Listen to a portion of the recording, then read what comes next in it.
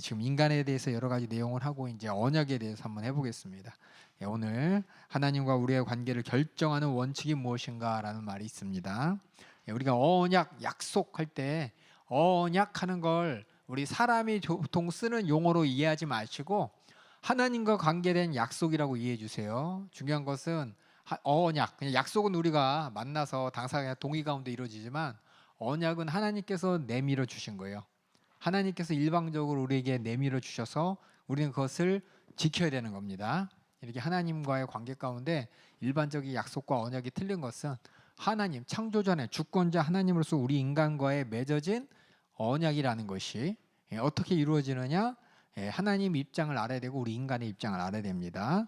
그래서 하나님이 우리 인간을 상대하실 때 무조건 명령만 내리시고 해라, 안 하면 불순종이야가 아니라 하나님 우리 인간들에게 언약을 통해서 관계를 만들어 가십니다. 그 말은 뭐냐면 약속을 주세요. 약속을. 그래서 약속대로 하나님께서 주신 그 약속이 억지로 하라는 게 아닙니다. 잘 판단하고 하라는 겁니다. 그래서 하나님께서는 우리 인간과 어떻게 상대하시느냐 말씀을 통해서라고 합니다. 보통 그렇죠? 하나님 말씀을 통해서 하나님 우리와 관계를 맺으시는데 그 말씀 가운데 그 말씀하신 목적과 이유와 뜻과 모든 결론이 뭐냐? 하나님 우리에게 약속하여 주십니다. 그래서 언약을 통해서 하나님 우리 인간과 상대하십니다. 그래서 언약이라는 것은 하나님과 인간 관계의 상태를 규정합니다. 그래서 언약 없이는 우리는 하나님과의 관계를 온전히 맺을 수가 없어요. 예를 들어서 제가 설교할 때도 여러 번 얘기했죠. 어떤 신들이 신과의 관계를 맺을 때 어떤 약속을 갖고 그 종교 생활하고 또 그렇게 신을 따라가고 신과 관계하는 종교들이 드러내놓고 많지 않습니다. 각자 자기 소원 들어주는 신 쫓아갈 뿐이고 자기의 욕망을 달성해주는 신만 쫓아갈 뿐이지 그 하나님께서 우리 인간들에게 약속하신 것을 붙잡고 그 약속을 통해서 우리 인간과 하나님이 어떻게 관계를 이루어가는가를 바라보시면서 내가 하나님과 어떤 약속의 관계를 이루어가는지 가르쳐 주시는 그 글이 이 성경이죠. 그래서 구약 신약이라고 되어 있죠. 그래서 나는 하나님과의 관계가 어떤 관계입니까? 그럼 하나님은 사랑이라서 무조건 사랑해 주세요. 이런 관계로 생각하면 오해입니다. 우리가 주일학교 때 이제 예수님의 사랑, 하나님 우리를 사랑하십니다.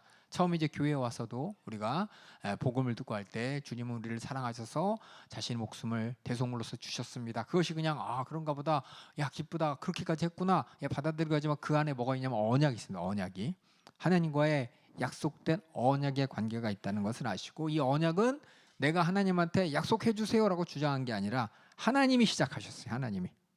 하나님이 시작하신 그 약속, 변치 않고 그 약속이 이루어져가는 그 가운데 내가 하나님과의 약속의 관계 대상이라는 걸 성경 전체를 통해 내가 발견하는 것이고 하나님의 말씀을 통해 발견하는 그 약속을 내가 붙잡고 기도하는 겁니다. 약속을 붙잡고 신앙생활하는 것이고 그래서 제가 진하게 했죠. 하나님이 제정하신 겁니다. 우리 인간이 하나님과의 어떤 딜을 통해서 내가 여기까지는 내가 예배 드릴 수 있는데요, 이 이상은 제가 바빠서 안 될 텐데요, 이런 어떤 관계를 인간이 하나님 앞에 어떤 타협을 통해서 된 것이 아니라 하나님이 제정하시 우리 인간에게 주신 거예요. 그래서 인간과 하나님의 협상을 통해서 뭔가 언약을 빼거나 넣거나 변경시킬 수 있다, 이거 아닙니다. 하나님의 말씀을 통해 우리에게 주시는 언약은 그 언약을 통해서 내가 복을 누리는 것이고 하나님께 주시는 은혜를 누리는 것이지 그냥 막연하게 내가 그냥 자유하게 그 약속을 내가 바쁘니까 저 신앙생활 저 대학 들어가면서부터 시작할게요. 신앙생활 제가 바쁘니까 휴가철 지나고 잠깐 놀고 와서부터 시작할게요. 하나님과의 관계나 이런 것들을 우리가 마음대로 정할 수 없는 것입니다. 그래서 언약, 약속하니까 많은 사람들이 오해하는 게 뭐냐면 약속했으면 나도 하나님 말씀 지켜서 하나님 나한테 약속 지켜야 되는 거 아니야? 그런 차원의 약속이 아니에요. 하나님께서 주신 약속은 일방적입니다. 주권자이고 창조주 하나님께서 우리 인간에게 약속을 통해서 하나님이 주시고자 하는, 창조자 하나님이 우리에게 주시고자 하는 축복을 우리가 받아 누릴 수 있는 거예요. 하나님 모든 걸 창조하시고 그냥 주셨으니까 우리가 받아 누리면 되는 거 아니에요? 아니에요.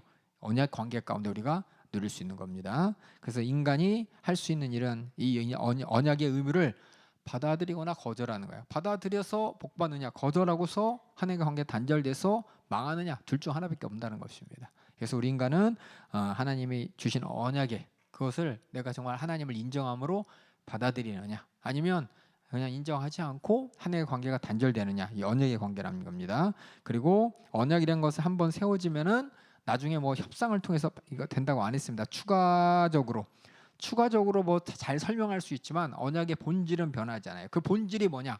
언약을 통해서 하나님과 우리와의 관계의 본질은 여기 써 있죠. 나는 내 하나님이 되고 너는 나의 백성이 되리라. 이 말은 하나님이 책임져 주신다는 겁니다. 하나님이고 우린 백성이 된다는 것은 하나님이 책임져 주신다는 거예요. 무조건 다스리고 뭐 독자듯이 막 권세를 가지고 막 솜을 막 옥매이고 뭐 자유를 박탈하고 책임과 의무를 다 하는 것이 아니라 하나님의 사랑받는 백성이요, 하나님이 책임져 주신 백성이 된다는 것이 언약의 본질입니다. 그래서 이스라엘 백성들은 모세로부터, 그렇죠?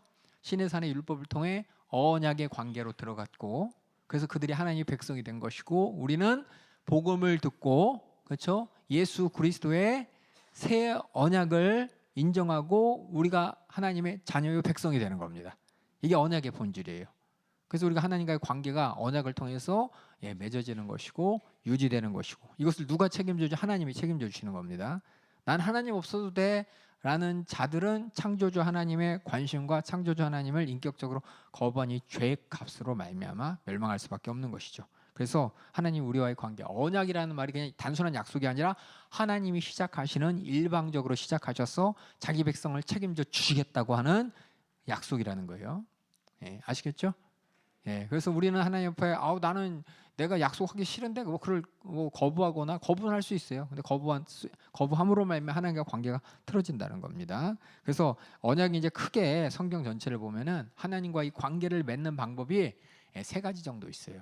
첫 번째는 행위의 언약이라 그래서 뭐냐? 뭐 하면 복 줄게요. 뭐 하면 네가 이렇게 하면 이렇게 할게라는 거예요. 주로 이제 에덴 동산에서, 그렇죠? 아담에게 선악과를 따 먹지 않으면 살리라, 하지만 먹으면 죽는다는 이런 하나님의 말씀이 있었는데, 그 말씀이 바로 아담에게 준 약속인데, 아담은 그 약속을 어겼죠. 선악과를 따 먹고 결국 하나님의 죽게 됐습니다. 그래서 호세아 보면 6장 7절에 이런 글이 있어요. 6장 7절 한번 읽어주세요. 저희는 아담처럼 언약을 어기고 거기서 내게 패역을 행하였느니라. 여기서 언약이란 말 썼죠. 아담이처럼 언약을 어겼다. 그 말은 아담이 언약을 어겼다는 겁니다. 그냥 선악과 따먹었어요, 불순종했어요, 이 정도 수준이 아니라 하나님과의 그 질서의 그 약속의 관계를 어겼기 때문에 하나님이 책임질 수 없고 하나님의 백성이 될 수 없다는, 호세아가 뭐냐? 이스라엘 백성들에게, 북이스라엘 백성들 그렇게 얘기하는 겁니다. 그래서 아담이 뭐냐? 아담과 그리스도는 언약의 대표이다. 그래서 아담도 그리스도도 하나님과 관계 가운데 이 약속 맺는, 하나님과의 약속에 순종한 자, 불순종한 자, 언약의 관계에 대해서 언약을 지켜가는 자, 어기는 자의 대표가 된 것입니다. 언약의 이유는 뭐냐? 많은 사람이 착각해요. 그냥 우리가 말씀을 들을 때 우리 하나님 우리를 창조하시고 힘이 좋았더라, 최고의 피조물로 창조했습니다, 이렇다고 끝이 아니에요. 축복의 약속을 포함한 관계는 창조주와 피조물 관계에서 저절로 생기는 게 아닙니다. 우리가 하나님이신 축복을 누리는 게 인간이기 때문에 저절로 누리는 게 아니라 우리는 뭐냐? 하나님과의 약속의 관계 때문에 이루어진 거지. 저절로 나는 인간이니까 무조건 다 축복을 누리는 거야 라고 생각하면 안 돼요. 이 축복이라는 것이 하나님의 약속 가운데 진짜 축복이 되는 것이지, 때로는 내가 축복이라고 받았다는 것이 하나님과 약속의 관계가 없으면 이게 저주가 되는 겁니다. 세상의 모든 것 생육하고 번성하고 다스려라 했는데 하나님의 약속 관계 없는 사람들은 이것이 뭐예요? 우선시가 돼서 하나님과 관계가 깨지고 결국 하나님 앞에 축복이 아니라 저주가 되는 거죠. 돈이 저주가 되고 하나님의 모든 축복이 저주가 되고 가정에 일하는 모든 일꾼들이 저주가 되고, 이것이 뭐냐? 하나님과 관계 가운데 나는 당연히 하나님께서 만드신 인간이니까 당연히 나에게 하나님의 축복이 당연히 이루어지는 거 아니야? 아니라는 거예요. 약속의 관계에 들어가야지 그 축복이 내 축복이 되는 겁니다. 그래서 하나님의 사랑의 표현이에요. 어떻게 보면 다른 피조물들과는 이런 관계를 안 맺는데 인간과 관계를 맺는다는 것은 인간에게 축복해 주시고 복 주시고 싶은 하나님의 사랑의 표현이라는 것입니다. 그래서 우리 인간들이 사실상 하나님과의 관계는 타락하기 이전에 원래는 하나님과의 관계 가운데 하나님의 모든 약속을 지킴으로 복받는 존재입니다.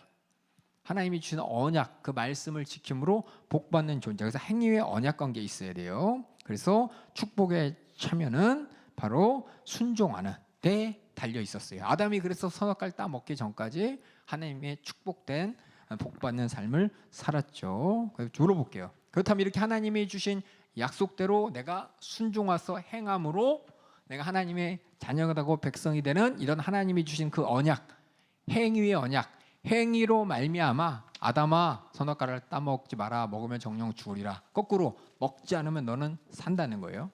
예? 이런 하나님이 주신 이 행위, 내가 먹냐 안 먹냐, 하냐 안 하냐, 이거에 따라서 내가 하나님께 축복받고 축복받지 않느냐, 이 지금도 그것이 유효한가 안 유효한가라고 물어본다면 예라고도 대답할 수 있고 아니라고 대답할 수 있습니다. 예, 예라고 대답한다면은 율법의 온전한 순종이 가능하다면, 가능만 하다면, 하나님이 주신 구약 있잖아요, 구약. 그 약속의 행동을 통해서 모든 것 축복, 내가 온전히 순종만 할 수 있다면 하나님의 생명이 인도될 것입니다. 그런데 문제는 뭐냐? 우리 모든 인간들이 그렇게 못한다는 거예요. 못해요, 못해. 나는 할 수 있는데요. 해보세요. 못해요, 못해요, 못해요. 못하기 때문에 죄값은 사망이란 우리 모든 인간이 죽게 된 것이고, 하지만 예수님은 하셨어요. 예수님이 하나님께서 말씀하신 모든 인간들에게 주신 모든 언약들 있잖아요. 인간으로서 다 지키셨습니다. 그래서 언약을 완전하게 지키시는 것은 우리는 못해요. 하지만 예수님은 하셔요. 그래서 뭐라고 할 수 있냐? 행위의 언약이 유효한가? 그러면 유효해요. 할 수만 있으면. 예수님이 보여주셨어요. 그래서 예수님께서는 죄는 없으시되 우리를 하나님의 온전한, 우리를 위해서 온전히 순종하셨다고 성경에 기록되어 있습니다. 로마서 5장 18절부터 19절 한번 읽어주세요. 그런즉 한 범죄로 많은 사람이 정죄에 이른 것 같이 의의 한 행동으로 말미암아 많은 사람이 의롭다 하심을 받아 생명에 이르렀느니라. 이게 의의 한 행동, 이게 예수님이 한 행동이에요. 예수님의 온전한 순종으로. 그 때문에 그건 우리가 한 게 아니죠, 그렇죠? 우리가 행위의 언약을 지킨 게 아닙니다. 예수님이 지키신 거예요. 예수님이 하신 것이고. 그 다음에 19절 또 한번 읽어볼까요? 한 사람의 순종치 아니함으로 많은 사람이 죄인 된 것 같이 한 사람이 순종하심으로 많은 사람이 의인이 되리라. 많은 사람이 순종한 건 아닙니다. 예수님이 온전히 순종하셔서 그 뒤에 우리에게 구속의 역사가 이루어진 거죠. 그래서 이렇게 행위 언약이 그렇다. 맞아. 하나님께서는 행위, 우리에게 축복으로 주신 약속의 말씀 내가 다 지키면 나는 뭐예요? 약속대로 하나님의 자녀로서, 하나님의 백성으로서 하나님의 축복의 당사자가 될 수 있어 라고 하는데, 할 수 있어. 근데 그거는 뭐냐? 그래요. 맞아요. 우리는 하지 못하지만 예수님이 하는 걸 보여주셨고 그래요. 근데 한편으로는 뭐냐? 안 돼. 우리는 안 돼. 예수님께서는 단번에 이 언약의 욕을 이루셨으므로 우리는 안 돼. 우리는 그래서 그렇게 순종하지 못하지만은 예수님의 공로에 의지함으로 그 혜택을 누리는 겁니다. 이게 참 어려워요. 예수님께서 순종하셨어요, 그렇죠? 우리가 순종한 게 아니야. 예수님이 순종하셨는데 그 순종함으로 말미암아 우리는 새로운 언약에 들어가서 나는 그렇게 하지 못할지라도 하나님께서 하게 했다고 쳐주는 거. 그래서 예수 그리스도의 순종함이 하나님의, 여기 잘 생각, 이거 어려운 말. 그래서 우리는 뭐냐? 내가 잘해서 하나님의 축복받고 하나님의 자녀 되는 거 아닙니다. 이 말이에요. 예수님이 하셨는데 그 공로로 우리는 하나님의 백성 되고 자녀 된 거예요. 그러니까 우리의 행위의 언약이 아니라 이 행위의 언약은 우리가 할 수 없어요. 아니다라고도 할 수 있고, 행위의 언약이 지금도 유효하냐? 맞아, 유효해. 근데 우리는 안 돼. 그래서 예수님이 하셨어. 그럼 행위의 언약이 유효하냐? 우리한테는 아니라는 거예요. 아니에요. 우리 못 한다는 거예요. 예수님 때문에 우리가 이렇게 된 거라는 거예요. 그래서 오늘날 그리스도인들이 순종함으로 어떤 사람은 생각해요. 내가 이렇게 순종했으니까 행위의 언약을 딱 들이대면서, 그렇죠? 이 말 참 여러분 조심해서 잘 들어야 돼요, 여러분들이. 이게 뭐냐면은 하나님과의 관계 가운데 내가 예수님의 구속의 은혜 가운데 내가 은혜 감사함으로 행하는 거하고, 구속의 은혜 없이 하나님을 직접적으로 내가 세상 말로 맞다이 해서 하나님 말씀대로 내가 순종해서 행하는 거하고, 이게 똑같이 행하는 것 같지만 틀리다는 겁니다. 아시겠죠? 하나님을 내가 직접 상대하면서 나는 행할 수 없어요. 예수 그리스도의 피의 공로 때문에 우리가 그 은혜에 감사해서 순종함으로 말미암아 우리는 할 수 없지만 그 피의 공로의 은혜로 우리를 의롭게 봐주신 거예요. 해주신 거예요. 그래서 여기 이 다음 구절이 줄여요. 예수 그리스도, 오늘 예수 믿는 사람들이 순종해서 나는 순종이기 때문에 하나님의 은혜를 받을 이런 권리가 있어라고 생각한다면은 오해되는, 그럼 구원의 소망에서 끊어져 버린다는 겁니다. 왜냐하면 구원이라는 것은, 다시 말씀해, 우리는 행위의 언약대로 행위의 언약을 지킬 수 있어요? 없어요. 없는데 할 수 있다고 생각하면 그 스스로 속는 겁니다. 속는 거예요. 스스로 뭐냐? 우리가 구원받을 수 있는 길은 오직 한 길이에요. 아담 이후로 우리 행위의 언약을 지킬 수 없는 존재가 되었기 때문에 우리가 구원받을 수 있는 경우는 딱 한 뭐냐? 그리스도의 공로를 통해서 우리가 구원받기 때문에 이것이 우리의 소망이라는 겁니다. 그래서 이게 참 어려워요. 다시 말씀드릴게요. 우리 인간은 다시 말해서 이걸 좀 자세하게 하면 우리 인간은 하나님 앞에 죄인입니다. 그렇죠? 죄인으로서 의인이 될 수 없어요. 의인이 되는 것은 뭐냐? 하나님의 언약의 관계에서 내가 그 언약을 지키는 사람이거든요. 우리는 될 수 없어요.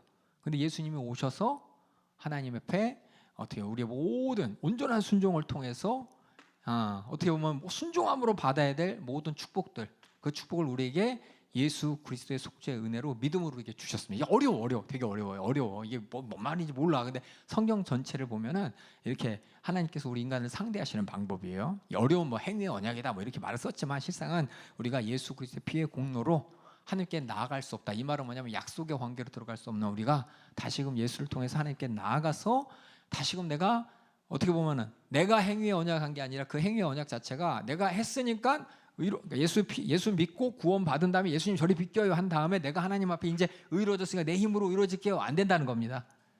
예수님께서 항상 우리의 중보자가 되어 주시고 예수님의 그 피의 공로로 내가 하나님께 나아갈 수 있는 것이지. 그래서 이게 참 어려워요. 그래서 우리의 구원은 뭐냐? 행위가 아니라 믿음이라 그랬죠. 이게 어려운 말인데 결국 전체적으로 뭐냐? 우리는 행위로는 하나님 앞에 옳다함을 얻을 자가 하나도 없다는 겁니다.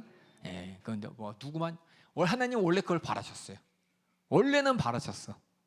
우리의 모든 행위가 창조주 하나님과의 관계 가운데 하나님께서 복 받을 만한 그 언약을 지키기를 하나님은 원하셨는데 아담 사건 이후에 우리 모두는 그렇게 될 수 없는 존재가 되어버렸다는 겁니다. 그래서 예수님이 오셔서 될 수 없는 하나님과 나의 막힌 행위로 말미암아 내가 하나님이 축복받을 수 있는 그 언약의 관계를 다시 열어주신 것이 예수님이 열어주신 대로 가는 겁니다. 그래서 우리는 하나님을 직접 상대하는 것이 아니라 예수님을 통해서 상대할 수 있게 된 겁니다.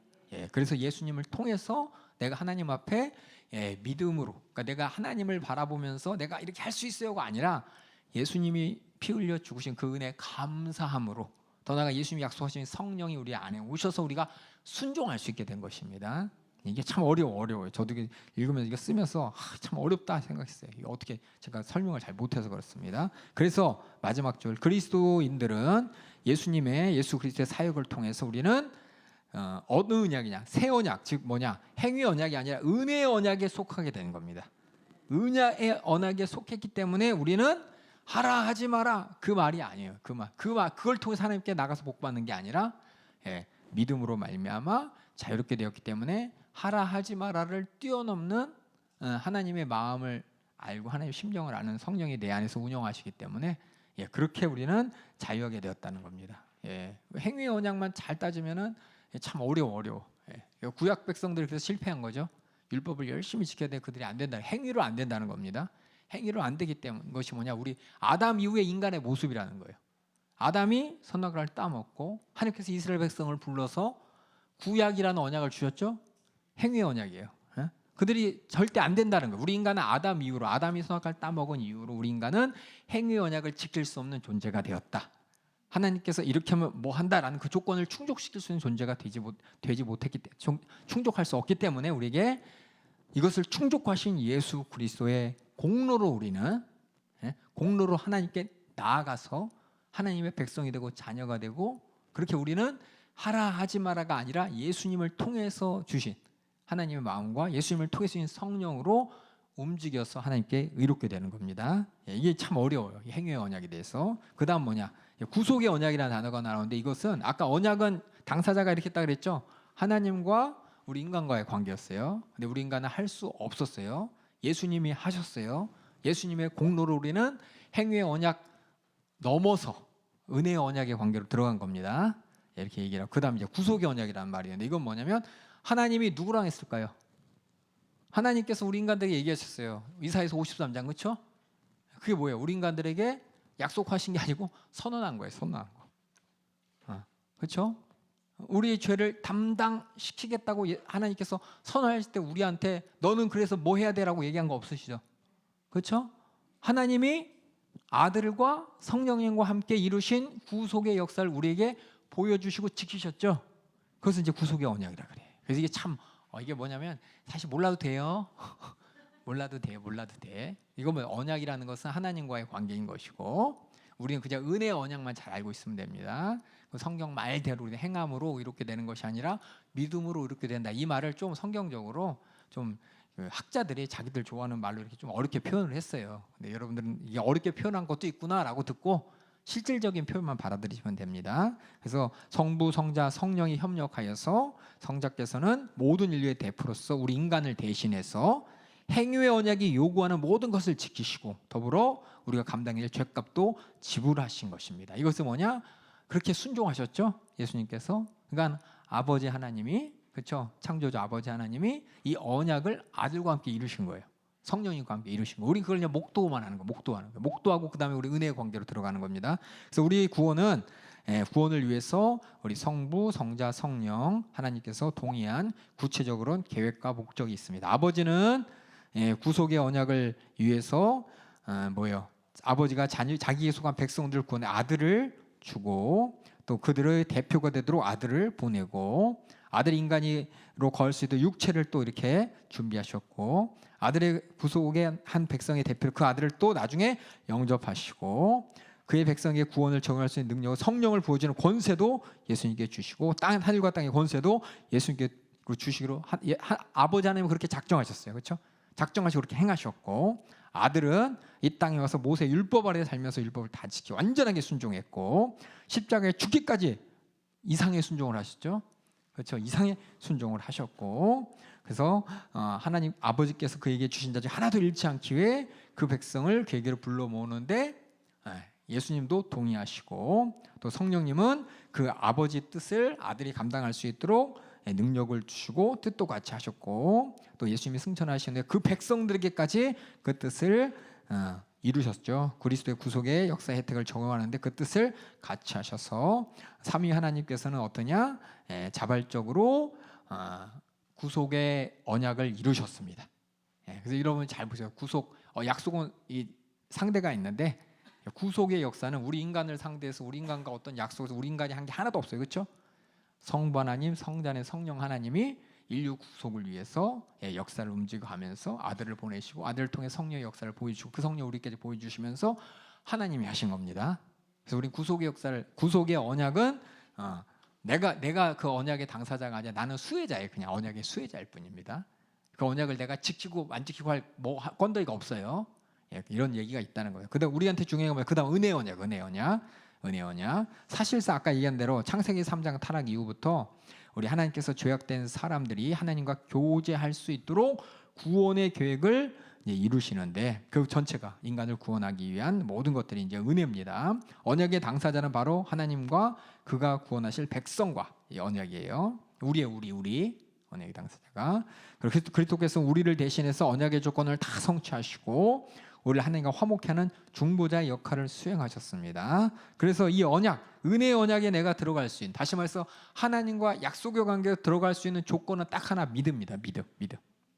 뭘 믿어요? 구속자이신 그리스도에 대한 믿음. 그래서 하나님께서 은혜의 언약은 우리한테 행동을 요구하는 게 아닙니다. 믿음을 요구하세요. 그래서 우리가 믿음으로 구원받는 거잖아요. 근데 구약 이스라엘 백성들에게 갖고 있는 그 말씀은 뭐예요? 하나님의 행위 언약만 붙잡고 있죠. 그들이 이루지도 못할 행위 언약만 붙잡고 안식일 지켜야 돼, 그렇죠? 십계명 지켜야 돼 이러고 있는데 그건 절대 될 수 없다는 걸 이미 보여주셨고 그래서 하나님은 은혜의 언약이라는 것을 우리에게 보여주시고 그 관계로 우리를 예수 그리스도의 구속으로 말미암아 우리 불러주셨습니다. 그래서 예수 그리스도에 대한 믿음, 예수 그리스도를 통해서 뭘 바라보냐? 하나님께서 우리에게 약속하신 약속의 내용을 바라보는 겁니다. 아시겠죠? 예수 그리스도를 통해 하나님께 우리에게 주신 약속의 내용. 로마서 1장 17절 한번 읽어주세요. 다 알고 있겠죠? 복음에는 하나님의 의가 나타나서 믿음으로 믿음에 이르게 하나니 기록된 바 오직 의인은 믿음으로 말미암아 살리라 함과 같으니라. 믿음으로 말미암아 살리라, 이 말은 구원받는다는 뜻입니다. 로마서 5장 1절도 똑같이 기록되어 있습니다. 우리가 믿음으로 의롭다 하심을 얻었은즉 우리 주 예수 그리스도로 말미암아 하나님과 더불어 화평을 누리자. 이게 하나님과의 화평의 최고의 축복입니다. 이렇게 믿음은 구약 언약의 축복을 얻게 하는 조건이에요. 구약에서 하나님께서 언약하신 그 모든 축복, 그 하나님이 행위로 말미암아 주기로 한 그 축복을 얻지 못하는 그들에게 이제 믿음을 통해서 얻을 수 있도록 약속하셨어요. 그래서 이 믿음이라는 게 얼마나 중요한지 아브라함과 다윗의 예를 듭니다. 이미 행위의 언약이 이스라엘 백성들에게 전하기 전에 또 그들 전하기 후에도 하나님께서는 계속해서 너희들이 행위로는 안 돼, 믿음으로만 돼 라고 하면서 아브라함에게도 말씀하시고 또 다윗에게도 말씀하셨어요. 로마서 4장 1절 5절에 바울이 이제 로마서를 쓰면서 야, 믿음으로 구원받는 거 그게 어떻게 돼? 왜? 그 당시 이스라엘 백성들은 이해가 안 가요. 그들에게는 아직도 행위의 언약만 있어. 행위의 언약으로서 율법을 잘 지켜야 그들이 하나님의 백성으로서의 축복을 누린다는 행위의 언약이 그들에게 찌긋찌긋한데, 하나님께서는 이미 여러 번 말씀하셨어요. 믿음으로라고. 너는 행위의 언약을 줬지만 너희가 안 되지 않냐? 너희가 될 수 있는 건 믿음밖에 없다. 아브라함을 봐라, 또 다윗을 봐라 얘기했는데 모르니까는 이 바울이 로마서에 적은 거예요. 어떻게 믿음으로 이렇게 되냐고, 야 다윗이 그랬어, 아브라함이 그랬어, 그래서 막 예를 들면서 성경 인용을 해가면서 이렇게 믿음으로 말미암는 구원과 믿음으로 말미암는 이 은혜의 언약에 대해서 바울이 로마서에 설명합니다. 나중에 로마서 한번 쭉 한번 다시 한번 읽어보세요. 그다음에 들어볼게요. 그래서 뭐냐? 믿음, 우리의 믿음은 뭐냐? 오실 메시아의 사역을 바라보고 또 그를 믿는 믿음으로 구원받는 것이었습니다. 다윗도 또 뭐예요? 아브라함도 실상은 뭐예요? 우리가 갖고 있는 믿음이 아니죠. 예수님 몰랐잖아요. 예수님 오실 줄 몰랐지만은 하나님께서 주신 목소리를 통해서 저 뒤에 뭔지 모르지만 하나님께서 그들에게 주실 특별한 구원, 그것을 설명 정확하게는 아니지만 희끄무리라도 알고 있었어요. 그 당시에는 명확하지 않았지만 하나님께서는 우리에게 요구하시는 것이 하나님께서 이루실 역사를 인정하고 하나님께서 뭔가 하실 일에 대해서 내가 분명히 바라보고 내가 인정할 수 있는 그런 믿음을 통해서 하나님께서 나를 이롭게 여기신다고. 이게 뭐냐? 우리 그리스도는 그들이 바라보지 못했지만 그들이 그리스도가 하나님께서는 분명히 앞으로 뭔가 하실 것이라는 것을 지금 나에게 주신 약속을 붙잡고 그 약속 가운데 앞으로 하실 것을 믿는 자들에게, 인정하는 자들에게 하나님께서 의로 여기신다는 것을 아브라함을 통해 했어요. 한번 아브라함의 요 보고 아까 읽어봐야겠다. 다시 한번 로마서 4장 1절부터 15절 쭉 적었는데 이거 여러분들이 누가 물어보면 이거 대답하셔야 돼. 어떻게 믿음으로 구원받을 수가 있어? 열심히 다니고 교회에서 헌금 잘 내고 그런 신앙생활하면 구원받고 천국 가는 거 아니야? 그러면은 이거 읽어주셔야 돼. 로마서 4장 1절부터 15절 제가 한번 읽어볼게요. 그런즉 육신으로 우리는 조상된 아브라함에게 무엇을 얻었다 하리요? 만일 아브라함이 행위로서 의롭다함을 얻었으면 자랑할 것이 있겠지만 하나님 앞에서 없느니라. 성경이 무엇을 말하느뇨? 아브라함이 하나님을 믿음에 이것이 저에게 의로 여기신 바 되었느니라 라고 했어요. 아브라함이 하나님을 믿었어요. 어떻게 믿었을까요? 믿음이란 단어가 그냥 하나님 있어요가 아닙니다. 믿음이란 단어는 하나님과의 어떤 은혜의 관계를 인정하는 거예요. 은혜의 관계. 하나님께서 나를 책임져 주실 것이라는, 앞으로 나와 함께 하실 것이라는 은혜의 관계로서 하나님을 하나님으로, 하나님 앞에 나는 어떤 존재로서요? 피조물로서 은혜 받을 자요, 하나님의 긍휼하심 받을 자요, 하나님의 주권 아래 있는 자라는 걸 인정하고 하나님께서 나를 책임져 주실 것이라는 것을 인정하는 그 믿음으로 말미암아 하나님께서는 네가 나를 아는구나, 네가 너를 아는구나, 너랑 나의 관계와 질서를 제대로 아는구나, 그런 표현이 아브라함을 통해 일어났을 때 하나님께서는 그 믿음을 보고 의롭다 여기셨다. 그 말은 죽을 자가 아니죠, 살 자가 되었다는 겁니다. 똑같이 바울에게도 그랬어요. 바울에게도 저 뒤에 보면은 다윗이 보면 저 6절부터 한번 읽어볼게요. 일한 것이 없이 하나님께 의로 여기심 받는 사람의 행복에 대하여 다윗이 말한 바 그 불법을 사하심을 받고 그 죄를 가리우심을 받는 자는 복이 있고 주께서 그 죄를 인정치 아니하는 사람에게 복이 있도다 함과 같으니라. 그런즉 이 행복은 할례자에게뇨 혹 무할례에게뇨 대저 우리가 말하니 아브라함에는 그 믿음의 의로 여기셨다 하노라. 다시 말해 아브라함의 그 의를 다윗이 다시 얘기합니다. 다윗이 더 자세히 얘기하는데 그게 뭐냐면 내가 뭐 한 것도 없이 하나님께서 나에게 죄를 용서해 주신다는 거예요. 원래 죄값을 내가 치러야 되잖아요. 내가 죄값을 직접적으로 치르지도 않은데도 내 죄를 용서받는 이 행복이 얼마나 큰 행복이냐. 이것이 바로 믿음으로 주어진 축복이라는 겁니다. 하나님께서 일단 우리 인간들에게 모든 천하 만물을 주셔서 행위로 말미암아 누릴 모든 은혜를 주셨지만 우리 인간이 그것을 버렸을 때 하나님께서는 우리 가장 큰 뭐냐, 죄의 문제를 해결하시겠다는 축복을 주셨죠. 예수 그리스도를 통해서 하나님께서 그 구속의 언약을 통해 이루어주시고 우리에게 이제 그 예수를 믿음으로 뭐예요? 나는 하나님과 관계한 죄의 문제가 해결된 사람이요, 다시는 행위가 아니라 행위보다 더 큰 성령으로 말미암아 우리가 하나님의 뜻을 이룰 수 있고 하나님 마음을 알고 하나님을 기쁘시게 하나님 인격적으로 상대할 수 있는 예수를 통해 이런 약속의 관계, 언약의 관계에 들어가서 우리가 거듭난 하나님의 자녀가 되었다는, 백성이 되었다는 것이 이게 이제 은혜의 언약이에요. 그래서 은혜의 언약하면 하나님과 나의 관계가 행위가 아니라 은혜로 이루어진 걸 내가 믿음으로 인정한 사람, 이 사람이 갖고 있는 하나님과의 믿음의 관계예요. 인격적인 관계입니다. 참 어려워요. 그래서 오실 메시아 사역을 바라보고 그를 믿는 믿음으로 구원을 그들을 받았습니다. 구원은 이 믿음에서 시작해서 지속적으로 여기서 시작해요. 어떻게 하나님이 내게 베풀어 주신 은혜를 알고 그 은혜를 은혜로 말미암아 하나님과 나의 관계를 확정하고 그렇게 하나님과 관계를 인정하면서 하나님 그다음부터 뭐냐, 하나님 앞에 뭐 해라가 중요한 게 아니에요. 하나님을 하나님으로 바라보기 때문에 하나님을 기쁘시게 하는 게 당연한 것이고 하나님께 받은 은혜 감사하는 게 당연한 겁니다. 예배하라, 그래서 행위에 집중하는 게 아니라 예배해야 될 하나님한테 집중하는 것이고, 내가 뭐 전도하라, 하나님께서 영혼 구원하는 그 사랑에 나도 똑같이 집중해서 하는 것이지, 전도하니까 가서 교회 데려오고 충성하라니까 뭐 쓸고, 그 이상의 것을 하나님이 우리에게 은혜로서 깨닫게 하셨어요. 하나님과 인격적인 관계를. 그래서 우리는 이렇게 참된 믿음으로 우리는 하나님께 순종하게 되는 겁니다. 그래서 우리의 순종은 믿음 때문에, 다시 말해서 은혜의 관계에 들어갔기 때문입니다. 다시 은혜가 확증되었기 때문이에요. 하나님과 나의 은혜가 어떤 은혜냐? 그럼 먼저는 거기서 시작해야 돼요. 우리는 예수 그리스도, 하나님께 행위로 말미암아 의롭게 여길 수 없는 우리가, 행위의 언약을 지킬 수 없는 우리를 위해서 하나님의 독생자를 이 땅에 보내주셔서 구속의 언약을 다 이루어주시고, 이제 우리는 그 구속의 언약을 이루어주는 그 장면을 바라보면서 내가 믿음이 생겼죠.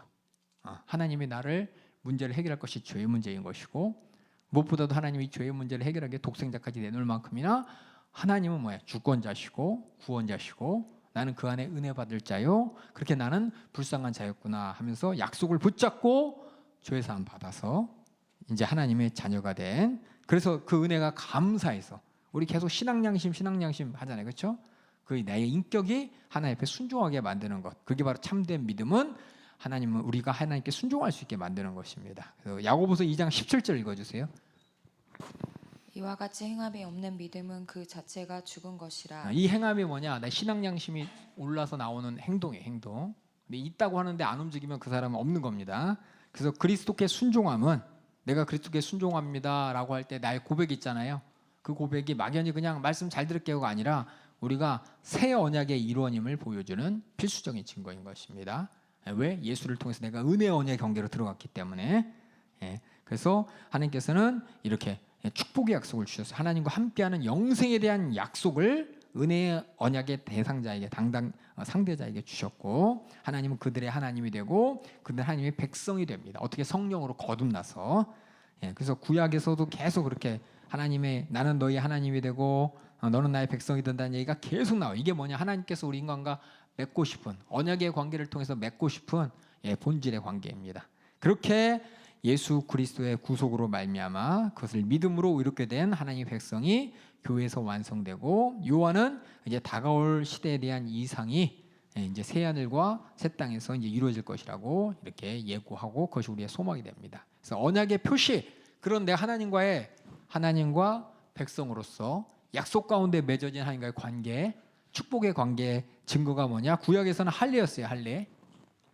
할례를 통해서 내가 하나님과의 관계라는 시작이에요. 시작. 그리고 절기와 예식을 통해서 그 관계를 계속 이어갈 수 있도록 하나님께서 하셨는데, 우리 새 언약 맺은 사람들, 예수 그리스도를 말미암아 은혜의 언약의 관계, 하나님과의 은혜의 언약의 관계로 하나님의 백성이요 자녀요 된 사람들은 시작은 침례입니다. 침례를 통해서 내가 확실하게 하나님의 은혜에 속했다는 것을 고백하고, 그 다음에 주의 만찬을 통해서 예수님의 구속을 바라보면서 내가 이런 은혜 받았다고 계속해서 고백하는 겁니다.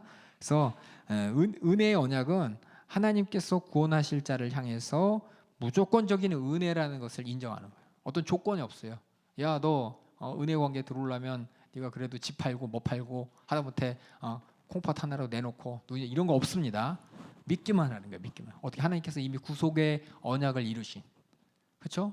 구속을 이루신, 그렇죠? 하나님과 아들과 성령을 통해서 이룬 구속의 역사를 내가 바라보면서 믿기만 하라는 거예요. 하나님이 어떤 하나님인지, 그 하나님 앞에 나는 어떤 존재였는지, 어떤 문제가 해결됐는지 믿기만 하면 이것은 뭐냐? 하나님의 무조건적인 은혜에 근거한 약속이 바로 은혜의 언약입니다. 잠깐 얘기했어요.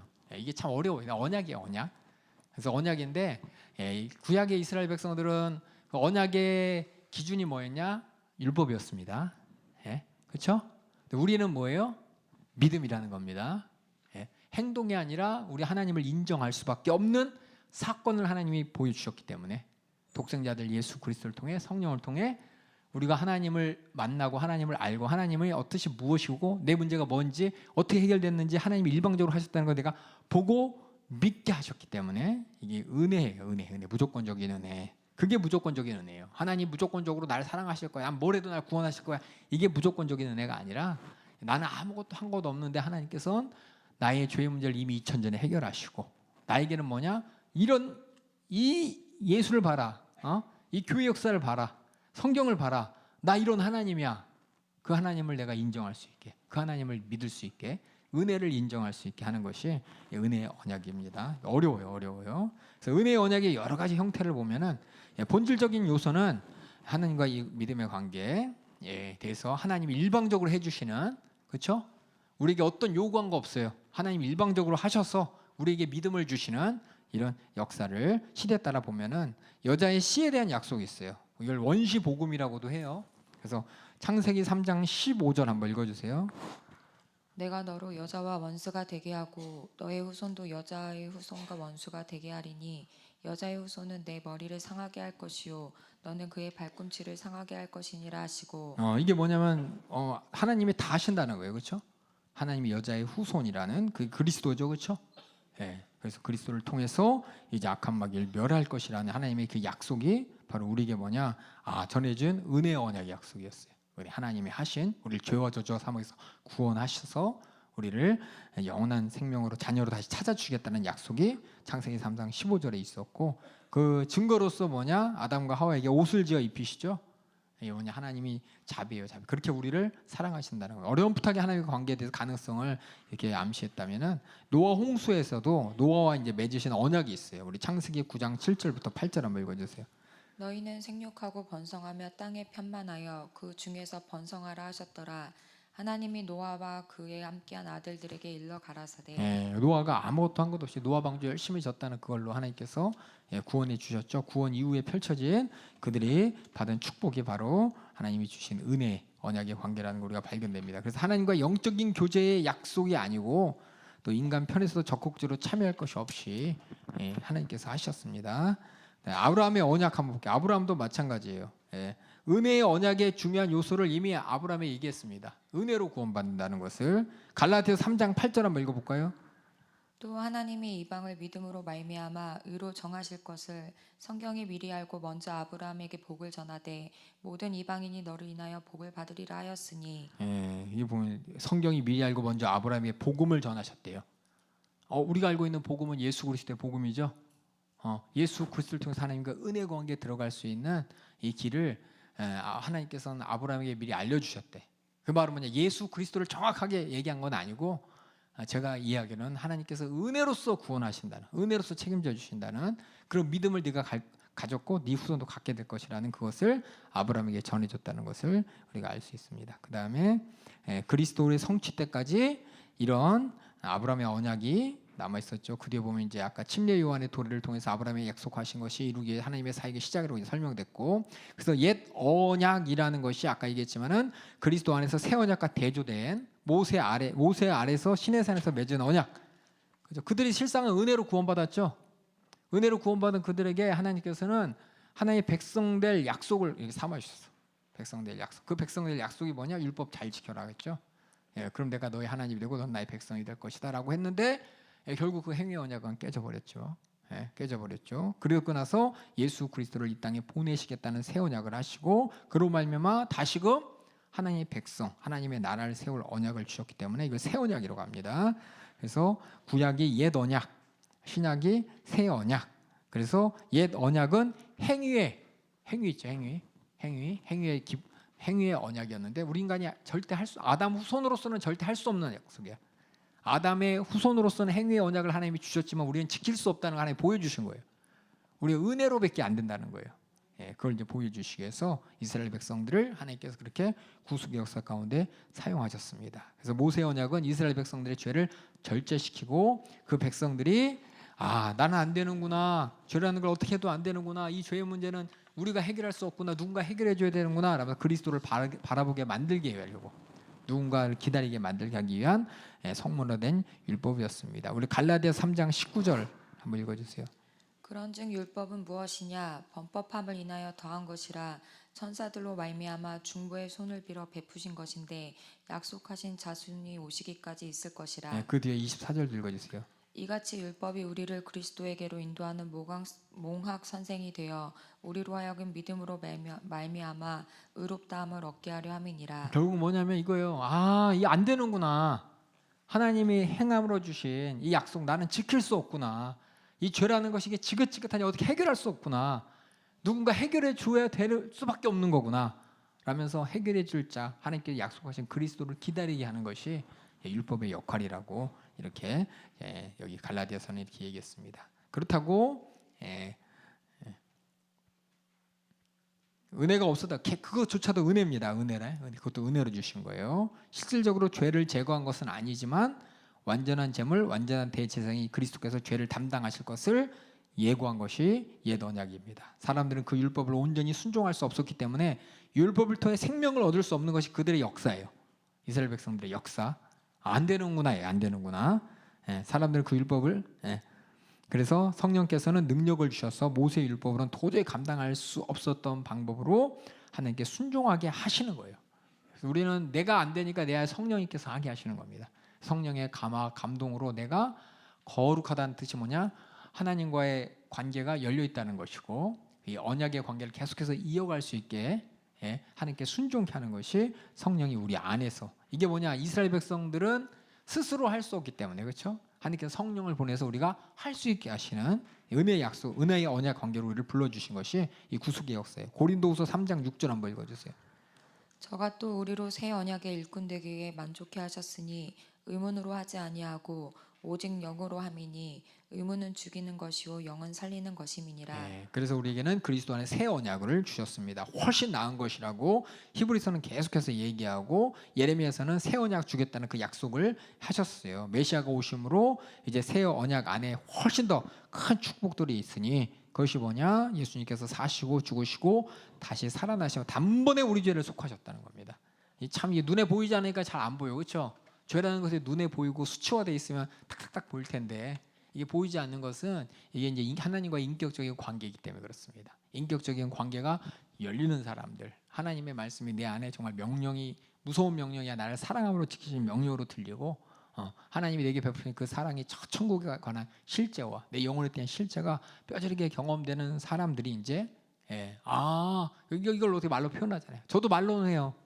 천국 소망, 예수 그리스도의 속죄의 은혜 말은 해요. 근데 그것이 속죄의 은혜인데 그것을 직접 보고 경험한 사람이 속죄의 은혜 하는 것 같고, 진짜 영혼의 때에 대해서 인정하면서 육신의 때 목적을 아는 사람이 영혼의 때일 때 그 영혼의 때에 대한 진짜 인정하는 거하고, 이거는 어떻게 수치로 안 나와요. 지금 한 50%만 얘기할까요? 10%만 얘기할까요? 당신 보니까 한 70%는 진짜인 것 같아, 30%는 가짜 같아. 수치가 안 나와요. 하지만 하나님 앞에 우리가 내 양심이, 신앙 양심이, 나의 인격이 온전히 고백할 수 있는 것이 은혜로 주신 약속을 가진 자입니다. 언약에 들어간 자입니다. 그래서 하나님께서 가장 온전하게 우리에게 계시하시는 것이 은혜의 약속을 통해 하나님의 백성이 된 것이고, 새 언약의 능력 가운데 가장 중요한 게 모든 백성에 성령을 부어주신다는, 하나님의 영을 우리에게 보내주신다는, 그리고 우리 마음속에 율법을 새겼다. 이 말은 뭐냐면 우리 안에 하나님께 부정할래야 부정할 수 없는 하나님의 마음과 심정을 안다는 겁니다. 율법이 하라 하지 말아죠. 그렇죠. 내 안에 성령께서 하라 하지 마라 리스트를 쫙 적어놓은 게 아니라 성령이 내 안에서 시간시간 깨닫게 하시고 분별케 하시고 감동케 하심으로 말미암아 우리 안에 율법이라는 죄를 분별할 수 있는 하나님의 말씀을 우리 안에 성령으로 새겨주셨습니다. 그렇게 우리가 하나님이 우리 하나님이 되는 것이고 우리 하나님의 백성이 되어서 하나님과 영원한 관계를 맺을 수 있게 되는 것이 바로 언약의 결과인 것입니다. 우리는 약속의 관계, 약속의 관계. 하나님과의 나 어떤 약속이 있습니까? 물어봤을 때 그냥 교회 다니면 되는 거. 행위를 얘기하면 안 돼요. 행위로 우리가 내면서 야 하나님께서 그 뭐야 30배, 60배, 100배 이거 약속하신 거 아니에요? 구하라 그랬으니까 구하고 둘이라면 둘이 그거 아니에요? 우린 정확하게 알아야 돼. 어떤 약속을 가졌는지. 그리스도로 말미암아 내게 주신 죄 사함의 약속 있죠. 죄 사함으로 말미암아 우리가 하나님의 자녀된 약속. 이것이 우리에게 주신 하나님의 은혜의 언약인 것이고 이게 우리의 믿음의 내용인 것입니다. 그래서 이게 약속 은혜 잠깐 내가 이렇게 했어요. 우리 한번 복습 한번 하고 쉽게요. 오늘 받은 프린트 있죠? 오늘 받은 프린트 보면 인간에 대해서 한번 쭉 볼게요. 제가 한번 문제를 읽으면 여러분이 한번 답을 한번 생각해 보세요. 제가 쭉 설명했던 거. 하나님은 우리를 왜 지으셨습니까? 우리가 하나님의 형상으로 지음받았다는 말의 의미는 무엇일까요? 그렇죠. 우리가 하나님에 닮았어요. 뭐가? 우리 영적인 존재라는 것이 인격을 가졌다는 것이 일상생활에서 어떻게 우리가 하나님을 기쁘시게 할 수 있습니까?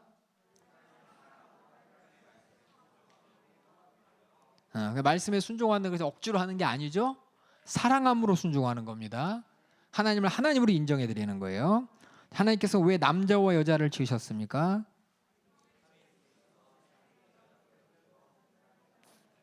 이렇게 얘기할 수도 있다는 거예요. 그래서 남자와 여자가 동등하면서 다른 기능을 가질 수 있습니까? 읽어주세요. 시작.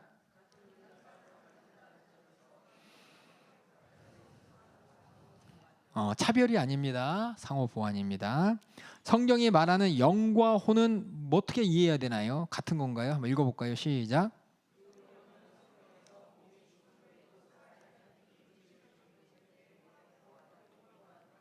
영이라고도 하고 혼이라고도 영혼이라고도 하고 이 비물질적인 부분에 대해서 여러분이 아시면 됩니다.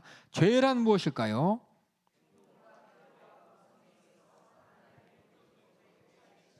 하나님이 보실 때 옳다 하지 않는 그런 행동들, 태도들, 또 본성들 이거 죄입니다. 어디서 왔을까요?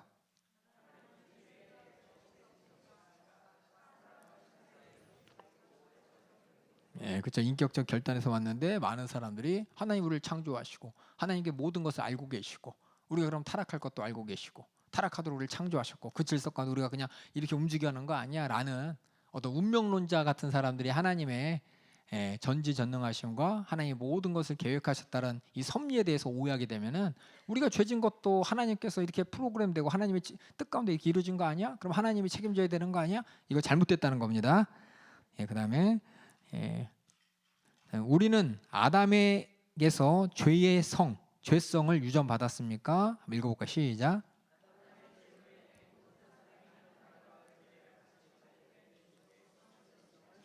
죄라는 거 하나님과 단절된 거잖아요. 그 이후에 많은 사람들이 하나님을 단절됐다는 건 사실이죠. 어떻게 하나님 찾아요? 그래서 하나님이 직접 이 땅에 말씀하셨습니다. 선지자를 보내서 말씀하시고 특별한 자들을 통해 말씀하시고 성경을 통해 말씀하시고 하나님이 말씀하셔서 우리는 죄라는 것 너머에 있는 하나님을 우리가 알게 된 거예요. 우리 스스로는 절대 하나님께 갈 수도 없고 알 수도 없기 때문에 하나님이 이쪽으로 오셨어요. 인간의 언어로 설명해 주시고 인간의 모습으로 이 땅에 오시고 인간의 글로 기록하여 주셔서 우리에게 말씀하여 주셨다는 겁니다. 그 다음에 죄책도 아담으로부터 유전됩니까?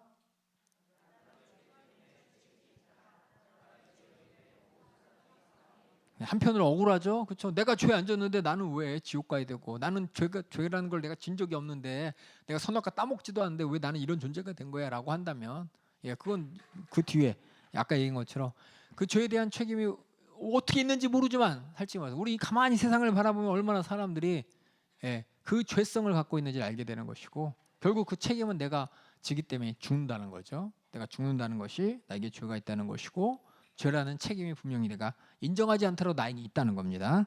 그래서 하나님과 우리의 관계를 결정하는 원칙이 무엇일까요? 예.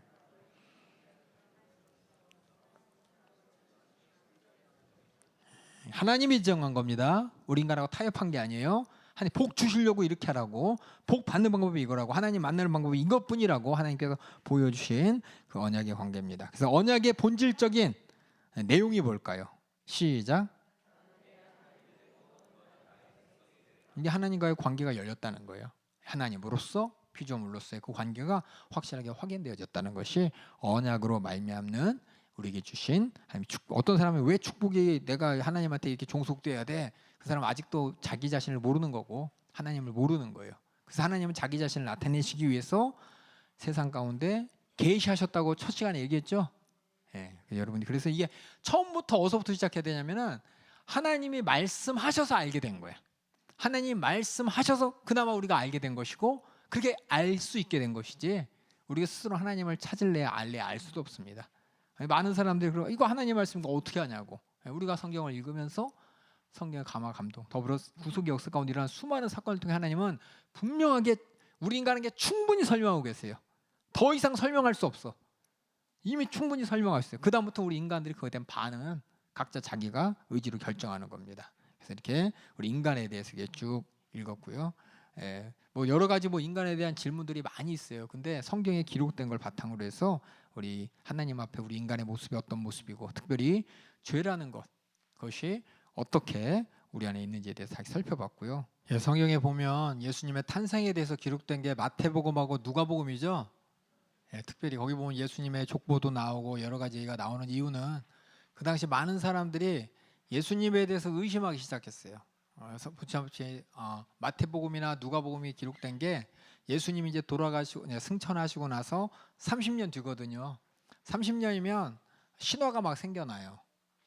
예수님을 직접 눈으로 봤던 사람들도 이제 죽어가고 증인들도 그러니까 사람들이 왜곡하면서 엉뚱한 생각하기 시작하는데 그거 진짜 우리가 아는 이 하나님이라면 하나님이고 하나님이라 이게 제일 큰 문제가 뭐냐면 예수님이 그리스도인가가 중요하기도 하고 또 하나는 예수님이 진짜 하나님의 아들이냐고도 중요해요.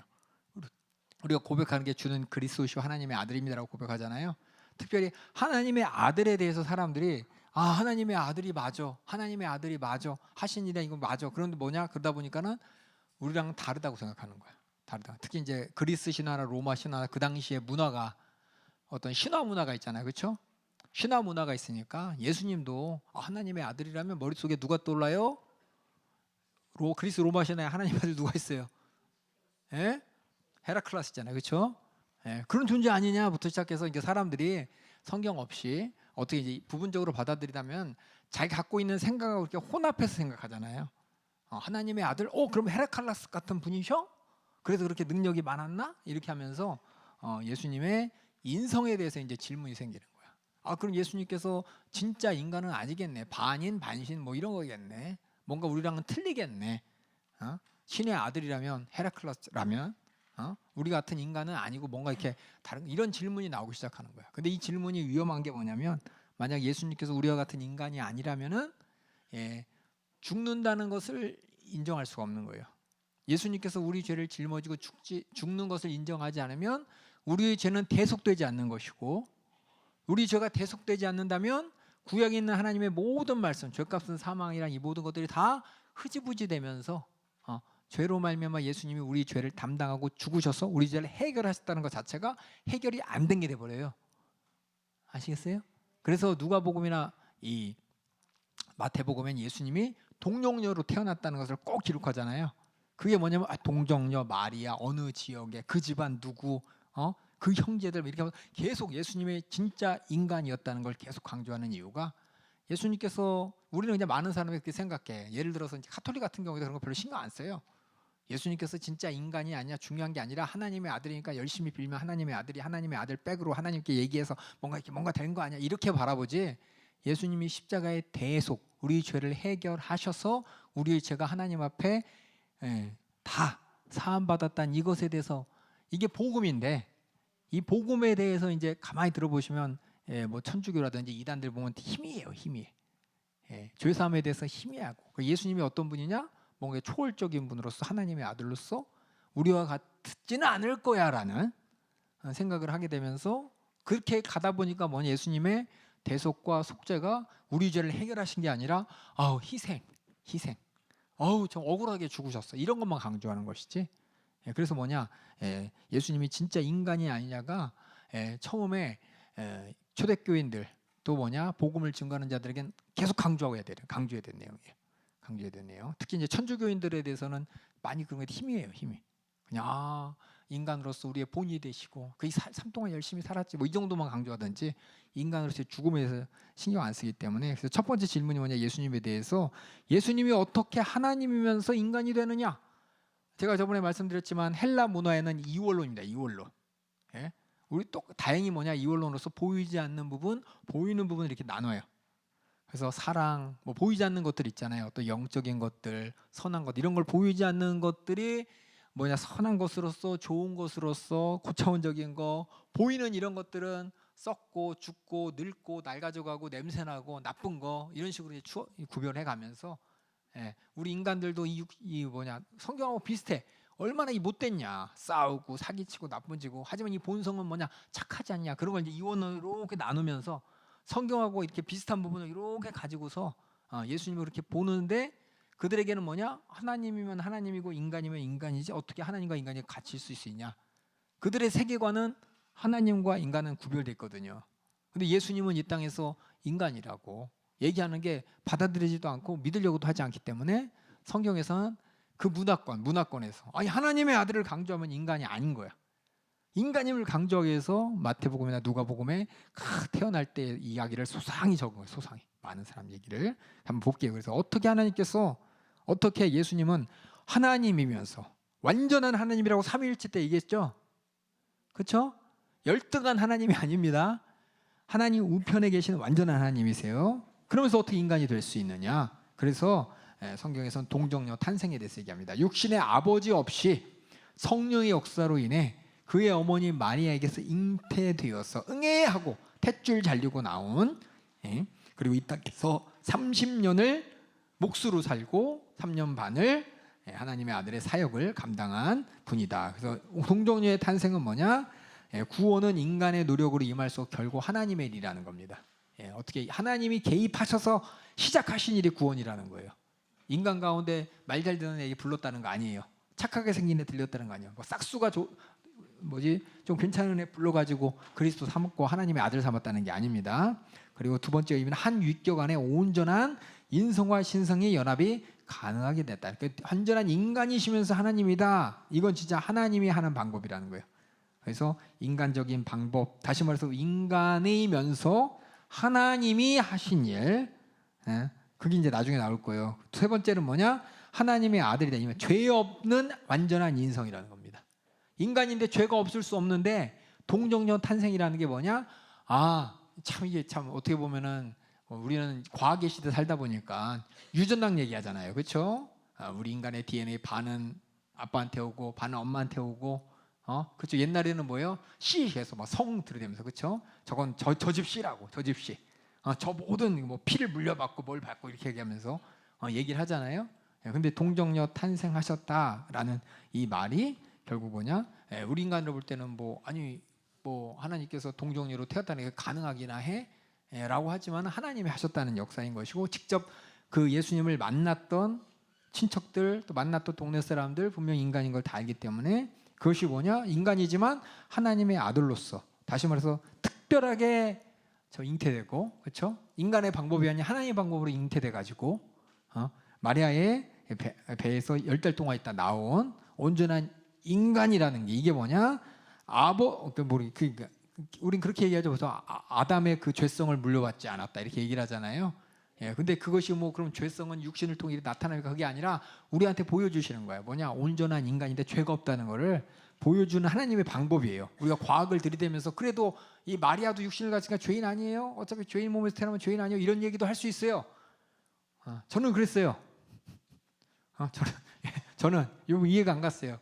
근데 뭐냐? 하나님이 하신 방법으로서 하나님께서는 죄 없는 인간임을 우리에게 보여주시기 위해서 죄 없는 인간으로서 일반적인 인간의 죄의 유전과 죄성을 가진 태어난 것이 아니라 죄가 없이 태어난 온전한 인간이라는 걸 보여주기 위해서 제가 이해할 때는 성령께서 잉태하셔서 마리아의 뱃속에서 10달이 있다 나셨습니다. 다시 말해서 완전한 인성을 가능케 하신다는 거예요.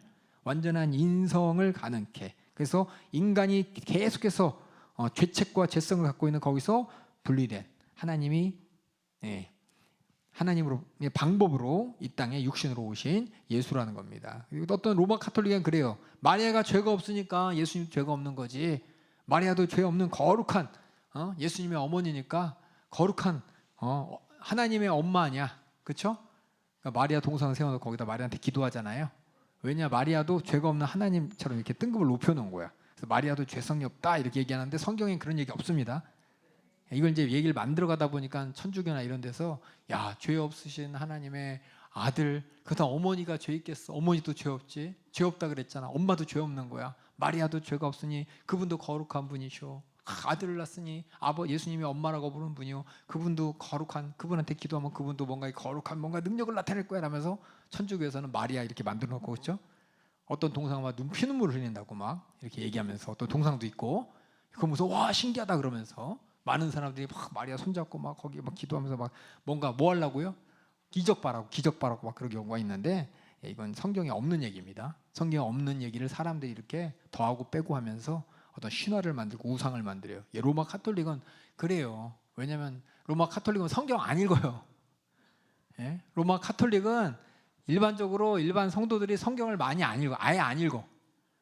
뭐냐, 와서 미사, 그러니까 분위기잖아요. 그 분위기, 간습, 그걸 통해서 그들이 하나님을 말씀을 들었다, 하나님을 인정한다, 섬긴다 이렇게 생각하지, 그들이 생각하는 믿음이 성경에서 얘기하는 우리가 말씀을 통해 들었던 믿음하고 다른 믿음이에요. 그들은 종교심이 믿음이라고 생각해요. 그래서 이 로마 카톨릭의 마리아는 죄성이 없기 때문에 그는 하나님과 같은 하나님의 어머니로서, 아들 하나님의 어머니로서 그런 뭔가 대단한 분이기 때문에 우리가 숭배해야 된다라는 사상이 천주교에 있는데 성경에 그런 거 없다는 겁니다. 그래서 예수님께서는 진짜 인간이셨어. 동정녀에 탄생하시고 또 하나 우리 인간하고 똑같은 제한을 갖고 계셨습니다.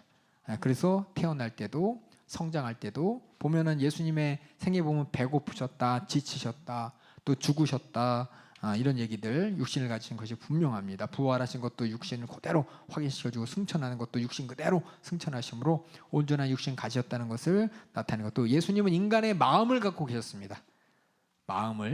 이 마음이 참 나도 잘 모르겠어. 많은 사람이 예수님은 그냥 하나님처럼 전지전능하니까 우주 끝부터까지 다 보시는 분이다 라고 이제 하나님의 아들, 그럴 분이라고 생각하는데, 성경을 보면 예수님께서 뭐냐? 그런 말 한 적 없어요. 예수님께서 나는 우주 알파 오메가 얘기했지만 우주 시작부터 끝까지 나는 어떻게 다 알고 있지롱 뭐 얘기하면서 과학을 설명하고 철학을 설명하고 그러진 않으셨어요. 보니까는 성경에 뭐라고 써 있냐면 지혜가 자라나셨다 그래요. 그리고 예수님께서는 우리가 똑같이 재림의 날, 언제 내가 다시 올지 모른다고 말씀하셨습니다. 아버지만 아신다고 하셨습니다. 그래서 우리 인간의 정신을 갖고 계셨고, 또 인간의 영혼과 또 감정을 갖고 계셨어요. 그래서 우리 인간이 불쌍하니까 민망해하시고, 또 때로는 죽을 것 같은 슬픔으로 눈물도 흘리시고, 또 깜짝 놀라시기도 하시고 이러셨어요. 그리고 네 번째 중요한 건 뭐냐? 예수님은 육신을 갖고 연약하셨지만 시험 가운데 우리랑 똑같이 있으셨다는 거예요. 우리가 시험 받잖아요, 그렇죠? 연약한 이 인간의 모습입니다. 그렇죠? 눈으로 보는 거 보면 갖고 싶고 먹고 싶고, 그렇죠? 누리고 싶고. 예수님은 안 그러셨을까요? 난 가끔 이거 물어봐. 예수님은 뭐 볼 때 이렇게 먹고 싶지 않았을까요? 쉬고 싶지 않았을까요? 똑같아요. 우리 인간하고 똑같아요. 연약한 똑같았지만 중요한 건 뭐냐? 시험은 당하셨지만 죄를 짓지 않으셨다는 거예요. 그래서 어떤 분들은 그래. 가끔 보면 내가 시험 당한지 죄를 졌는지 모르는 사람이 있어요. 시험 당했는데 그것을 죄로 알고 어떻게 나 죄 졌어? 시험 당했으면 어떻게 돼요? 마귀와 대적해서 이기면 되는데, 시험 당한 것만으로 참소당해가지고 나는 어쩔 수 없어, 난 해도 안 돼, 하나님은 왜 나를 이렇게 버려두신 거야 부터 시작해갖고 혼자 막 절망하시는 분이 있는데, 여러분 잘 보세요. 예수님도 시험 당하셨어요. 시험 당했다는 것은 우리가 막 채우고 싶은 욕구가 있잖아요. 육신의 욕구, 배고픈 거, 그렇죠? 배고프면 어떻게 돼요? 나도 먹고 싶죠. 예수님은 하나님의 아들이니까 가만히 있었나? 아니에요. 똑같았어요. 조금 더 확장하면은 예수님께서도 똑같이 뭔가 우리 인간들이 이렇게 육신이 요구 있잖아요. 육신의 요구들을 똑같이 갖고 계셨어요. 갖고 계셨지만 그 요구를 이기셨다는 거죠. 그 요구를 통한 사단마귀 괴계를 하나님의 말씀으로 이기셨다는 거예요. 그래서 우리가 요절 외우는 거 뭐냐? 성경 요절 외우는 이유가 그 말씀을 가지고 내가 다시 한번 내 마음의 기준을 삼기 위해서 외우는 겁니다. 그냥 많이 외웠다 자랑하는 게 아니라 어떤 시험 가운데 있을 때 그 말씀을 가지고 내 말씀, 내 육신의 요구하고 반대되는 하나님의 뜻이 무엇인지 내가 알고 대적하고 이기기 위해서 이렇게 외우는 거예요. 예수님도 말씀으로 마귀를 이기셨죠. 그리고 예수님 주위에 있는 사람들도 예수님을 완전한 인간으로 봤습니다. 그래서 예수님 고향에서도 저 목수였는데 갑자기 그리스도래. 예수님의 형제들도 막 말리러 찾아오고 친척들도 막 말리러 나오고 그 사실이 뭐냐? 예수님은 진짜 많은 사람 봤을 때 여러분 옆에 사람 보세요. 옆에 사람. 옆에 있는 사람처럼 살다가 갑자기 그리스도로서 사역을 시작하신 거예요. 옆에 있는 사람이 갑자기 나타나서 내가 그리스도다 그러면 여러분 인정하겠어요? 말도 안 되지. 하나님께서 나를 보내셨다 그러고 갑자기 뭐 이상한 소리야. 예배 시간 맨날 졸고 떠들고 막 그러다 갑자기 뭔 얘기하는 거야. 그런 얘기 할 수도 있어요. 근데 예수님 그러시다 똑같이 우리랑 똑같이 졸았다 그 얘기는 아니지만 하여튼 그러시다는 거예요. 그게 이제 예수님께서는 그렇게 온전하게 인간이셨습니다. 하지만 죄가 없으시고 죄 지은 적도 없으셨고 예수님은 절대 죄를 지으실 수 없냐라고 물어본다면 죄를 지으실 수도 있어요. 육신을 가졌기 때문에. 하지만 죄를 안 지으셨어요. 어떤 사람은 예수님은 하나님이니까 죄를 안 지었겠지. 근데 육신을 갖고 있기 때문에 육신의 소욕에 따라 죄 지을 수도 있으신 분이에요. 이 말하면 막 또 손가락 자르는 분이 있을지 몰라요. 저 성경대로 하는 거예요. 성경대로. 예수님께서 죄를 지을 수 있습니까? 아니요. 하지만 죄를 짓는 시험은 받으시는 분이야. 그렇죠? 죄를 지으실 만한 시험을 당하지만 죄는 지을 수 없지만 시험을 받으시는 분이라는 거 정확하게 알아두시고요. 그럼 예수님께서 왜 완전한 인성이 왜 필요하냐? 어떤 사람들은 가짜 이러 있어요. 가현설이라고 해서 아까 얘기했지만 이원론이 충만한 데서는 예수님은 우리 눈에 보일 때 홀로그램처럼 우리 20대 나중에 보면 홀로그램처럼 예수님이 육신으로 보이는 것 우리 인간들이 착각하게끔 하나님께서 우리 모든 인간들이 세뇌시켜서 이렇게 본 거지 실상은 육신이 아니고 하나님이었다 이렇게 얘기하는 사람이 있는데 그걸 가연설이라 가연설. 그래서 예수님이 인간이 아니었어. 예수님은 진짜 하나님으로서 우리랑 다른 존재였는데 하나님께서 우리 모든 인간들의 눈을 이렇게 멀게 하셔서 진짜처럼 보이게 한 것이지 실제는 아니었어라고 생각하는 이런 그 당시 철학이 있었고 그 당시 오해가 있었습니다. 하지만 예수님은 온전한 인성이 되는 것이 첫 번째 순종의 본이 되기 위해서 하나님 말씀은 온전한 순종의 본이 되게 또 대신 희생이 되게 대신 죽어주시기 위해서 세 번째는 뭐냐 하나님과 인간 사이의 중보자가 되기 위해서 우리가 인간의 말이 중보자가 이쪽 사정도 알고 이쪽 사정도 알고 가운데서 이렇게 중보해 주는 거죠. 그러니까 예수님은 온전한 하나님이시면서 인간이시기 때문에 하나님에 대해서 우리 인간에게 잘 인간의 언어로 인간의 방법으로 설명할 수 있고 또 인간의 입장을 하나님 앞에 잘 대변할 수가 있습니다. 저도 그 옛날에 그런 적 있어요. 하나님은 모르시잖아요. 이 말 많이 했어요. 저도 옛날에 저 힘들 때 힘든 게 뭐냐면은 하여튼 그런 게 있어요. 하여튼 내 마음대로 안 될 때 그렇죠. 내 마음대로 안 될 때 하기 싫은 거 해야 될 때 그렇죠. 힌두산 수양관 가지고 이제 4박 5일 동안 잡혔을 때 힘들 때 그럼 이제 그럼 하나님은 모르시잖아요. 하나님은 19살 안 돼봤잖아요. 막 이렇게 얘기할 수도 있는데 그렇죠. 근데 문제는 뭐냐? 우리 어머니한테도 그러죠. 어머니가 엄마는 내 사정 몰라 그럼 담임목사에 항상 얘기하잖아요. 그렇죠? 다 어머니들은 니네 사정 다 지나왔다고 다 안다고. 그게 납득이 되는 것처럼 하나님의 아들 예수님께서 우리 인간 편에서 하나님 앞에 우리를 위해서 기도해 주시고 중보해 주시고 우리 사정을 대변할 수 있으신 온전한 중보자가 되신다는 겁니다. 어떻게 굳이 그럴 필요 있어라고 하지만 이게 참 감사한 거예요. 그래서 은혜인 것입니다. 저같이 하나님 모르시잖아요라고 하는 사람들한테 얘기할 수 있는 거예요. 얘기할 수 있는 거예요. 그리고 피조물을 다스리도록 된 인간의 원래 목적, 그렇죠? 모든 권세를 가지고 천하를 지배하는 그 목적을 완성하시기 위해 이 땅에 오셨고 우리 히브리서 2장 8절 9절 한번 읽어주세요. 만물을 그 발 아래 복종케 하셨느니라 하였으니 만물로 저에게 복종케 하셨은즉 복종치 않은 것이 하나도 없으나 지금 우리가 만물이 아직 저에게 복종한 것을 보지 못하고 오직 우리가 천사들보다 잠깐 동안 못하게 하심을 입은 자 곧 죽음의 고난 받으심을 인하여 영광과 존귀로 관 쓰신 예수를 보니 이를 행하심은 하나님의 은혜로 말미암아 모든 사람을 위하여 죽음을 맛보려 하심이라. 이 앞부분에 있는 것처럼 만물을 다스릴 수 있는 인간의 목적을 완성시켜 주시고 오셨고, 또 삶의 모범과 본이 되게 오셨습니다. 이 말은 뭐냐면 이게 주목적은 아니에요. 어떤 사람들은 예수님이 이 땅에 오셔서 그 삶을 우리에게 본으로 보여주셨어. 그럼 뭐 다른 성자들 아니면 다른 위인들 봐도 되는데, 이건 예수님의 생애 가운데 전부는 아니고 이렇게 우리를 위해서 하나님께서는 어떻게 하나님 말씀에 순종하고 어떻게 하나님의 뜻을 이루어가는 자세가 무엇인지 본이 되기 위해서 이 땅에 육신을 입고 오셨습니다. 또 우리가 구속받은 육체의 본이 되기 위해, 같은 말이에요. 구원받은 자들이 어떻게 살아야 되는지. 5번은 뭐냐면 일반적인 삶이 있죠.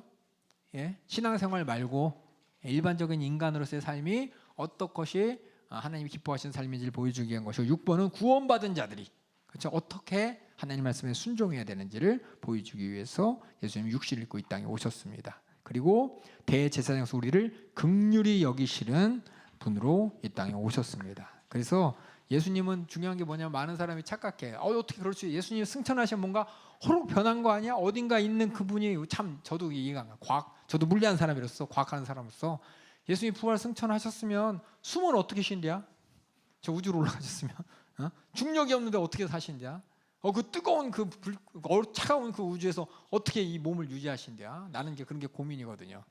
그 가능이나 해. 근데 하나님이시기 때문에 어떻게든 가능하실 거예요. 하나님이시기 때문에. 그래서 예수님은 부활 승천하신 지금도 영원한 사람으로 계실 것이다라고 사도행전 1장 11절 승천하실 때도 한번 읽어볼까요? 사도행전 1장 11절 한번 읽어주세요.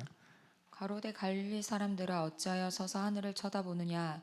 너희 가운데서 하늘로 올리우신 이 예수는 하늘로 가심을 본 그대로 오시리라 하였느니라. 우리 인간의 생각은 과학을 들이대면서 어떻게 하나님께서 아들이 올라가셔서 이런 분자, 그렇죠? 유기물을 유지하고 호흡을 유지하고 온도를 유지하고, 어떻게 우리 인간은 그런 생각이지만 하나님은 다 하실 수 있기 때문에 저는 영원히 또 올라가신 그대로 계시고 또 그대로 오실 것이라고 저는 이렇게 성경 말씀대로 저는 인정하고 있습니다. 이게 예수님이 온전한 인간이셨어요.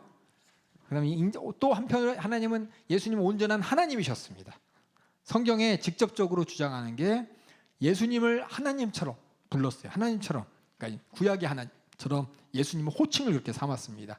그래서 구약에 보면은 예수님에 대해서 예언하면서 예수님은 하나님이라고 했어요. 이사야서 9장 6절 한번 읽어주세요. 이는 한 아기가 우리에게 낳고 한 아들을 우리에게 주신 바 되었는데 그 어깨에는 정사를 메었고 그 이름은 기묘자라 모사라 전능하신 하나님이라. 참 웃기죠. 이스라엘 백성들이 이사야서를 읽는데 이는 한 아기가 낳는데 그 아기가 전능하신 하나님이래요. 영존하신 아버지래요. 평강의 왕이래요. 이게 뭔 얘기야? 전능하신 하나님, 영존하신 아버지 한 분뿐인데 갑자기 아기가 전능하신 하나님이고 영존하신 아버지가 무슨 얘기야? 이게 예수님 얘기하는 겁니다. 예수님은 온전한 하나님이셨다고. 그래서 하나님이라는 단어인 네오스를 그 언어에 사용했습니다. 그리고 그리스도께 사용된 주로 언어가, 우리가 주라는 단어 쓰죠. 부처에서 주란 말 안 쓰죠. 부처에서 부처를 보고 주여 이렇게 안 하잖아요, 그렇죠? 주여 하면 기독교 안에서만 어떻게 되면, 그렇죠? 소용되는 용어인데, 이 주여라는 이 말이 원래 단어의 키리오스, 이 단어의 원래 본체가 뭐냐면 야훼예요. 야훼. 야훼는 뭐예요? 하나님의 이름이죠. 함부로 우리가 부를 수 없는 하나님의 이름, 글씨로만 썼던 그 하나님의 이름인데 예수님한테 이 단어를 사용하셨다는 겁니다. 그리고 다른 분명한 주장이 있는데, 아까 얘기했지만은 예수님은 아브라함이 그의 날을 보았다고 말씀하셔요. 예수님이 말씀하십니다. 요한복음 8장 57절 한번 읽어주세요. 유대인들이 가로되 내가 아직 50도 못 되었는데 아브라함을 보았느냐. 근데 보았다고 말씀하셨어요. 그리고 또 예수님께서는 계속해서 요한복음에 보면, 다른 복음서에는 없는데, 아까 볼게요. 아까 마태복음하고 누가복음은 예수님 출생에 대해서 잘 썼다 그랬죠. 그렇죠?